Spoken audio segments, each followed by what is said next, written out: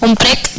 A data 18 de novembre d'aquest any, ni les ordenances fiscals ni l'ordenança de vehicles de baixes emissions, amb dues dins de termini per presentar al·legacions, estaven penjades al tauler d'anuncis de l'Ajuntament, ni al seu portal de transparència. L'objectiu d'aquest Ajuntament és ser transparent i facilitar la participació de la ciutadania.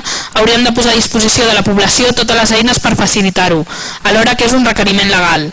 Preguem que en futures publicacions de documentació que hagi d'estar sotmesa a exposició pública es compleixen tots els requisits legals de transparència i accés a la informació i es publiquin en temps i forma adequada a tots els canals tota la documentació requerida.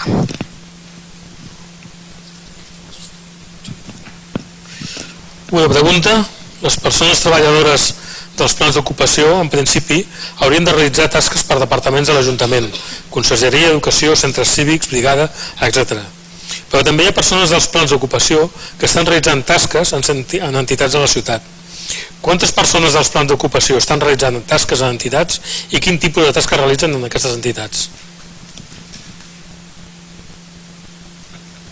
Una pregunta. La setmana passada es va comunicar als treballadors de la brigada que realitzen tasques de jardineria que la feina que fan s'externalitzaria i que la realitzaria Texalsa. A la Comissió Informativa de Presidència i Economia vam traslladar una sèrie de preguntes en relació amb aquesta informació i la sorprenent resposta va ser que no se'ns donaria resposta a les preguntes. Ahir hi va haver una reunió amb el comitè d'empresa i l'equip de govern va traslladar que finalment no es realitzaria cap externalització i que aquests treballadors de la brigada continuarien realitzant les mateixes tasques que fins ara. Per tant, preguntem, per què en un primer moment es va plantejar aquesta externalització? Com es pretenia solucionar la situació laboral del personal afectat? Per què finalment s'ha decidit que no es farà aquest canvi? I per què no es va donar resposta a les preguntes que vam fer a la comissió pertinent? Bé, no puc respondre a l'últim perquè no es va respondre a la comissió informativa. Però clar, parlar d'externalització d'una empresa municipal em sembla, quan a més la que porta tot el manteniment de jardineria i porta tots els temes de jardineria, mobiliari urbà. El plantejament és molt fàcil d'entendre. Jo no sé el que s'ha comentat i el que s'ha comunicat, però jo sí que ho diré aquí, sobretot per les persones que estan avui al ple. El que s'ha plantejat és que l'orientació de la política de jardineria es trasllada a Texalsa, perquè és la que fa tota la política de jardineria. No fa política de manteniment, que també. També hi ha altres empreses que fan política de manteniment a la ciutat, que és mitjançant l'acord que tenim a l'àrea metropolitana de Barcelona. I que vas comentant els responsables polítics de l'àrea i en l'organigrama que estem treballant, és que la meva voluntat és traslladar tot a aquesta orientació i a aquesta estratègia de millora de la jardineria de la ciutat a Texalsa, que és la que fa el volum més gran, més important. La brigada continuarà fent polítiques de manteniment, és evident.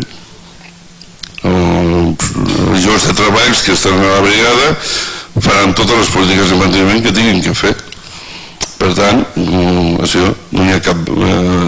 És que no he entès aquest lío que s'ha provocat, però és evident que aquestes persones continuaran, però ningú té intenció, perquè aquestes persones a més poden fer moltes coses de manteniment. I per tant el que es fa és això. Vull dir, sense cap mena de problema, dificultats, i per tant això és el que farem i passarà. Ningú posa en crisi res, ningú posa cap lloc de treball que no sap què farem, sí, polítiques de manteniment a la ciutat, per això és la brigada i per això és les persones que hi treballen fent aquestes polítiques. I ningú està en risc com mai han estat en risc, en èpoques també més complicades i no per culpa nostra. I ja està, per tant el 90% de la resposta queda contestada i l'altre jo no puc contestar. Acabo amb l'últim prec. Durant aquesta legislatura i en diferents comissions informatives, el tracte rebut com a regidors per part de l'equip de govern ha faltat als principis de transparència, a l'accés a la informació pública i al dret a la participació política. L'article 43 del ROM parla del dret a la informació. Estableix que tenim dret a obtenir a les comissions informatives els antecedents, dades o informacions que es trobin en poder de la corporació i resultin necessaris per l'exercici de les nostres funcions. L'article 78.4 estableix que el marc perquè els regidors i regidores puguin sol·licitar informació relacionada amb el seu àmbit sectorial són les comissions informatives.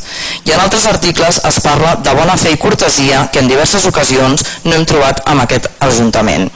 Preguem que es recuperin les bones formes i la cortesia i que es doni compliment als principis d'actuació que han de regir el bon funcionament de totes les administracions públiques i, per tant, també la d'aquest Ajuntament. Que s'actuï amb transparència, que se'ns doni accés a la informació que tenim dret com a regidors i regidores en l'exercici de les nostres funcions i sense vetar el nostre dret a la participació política.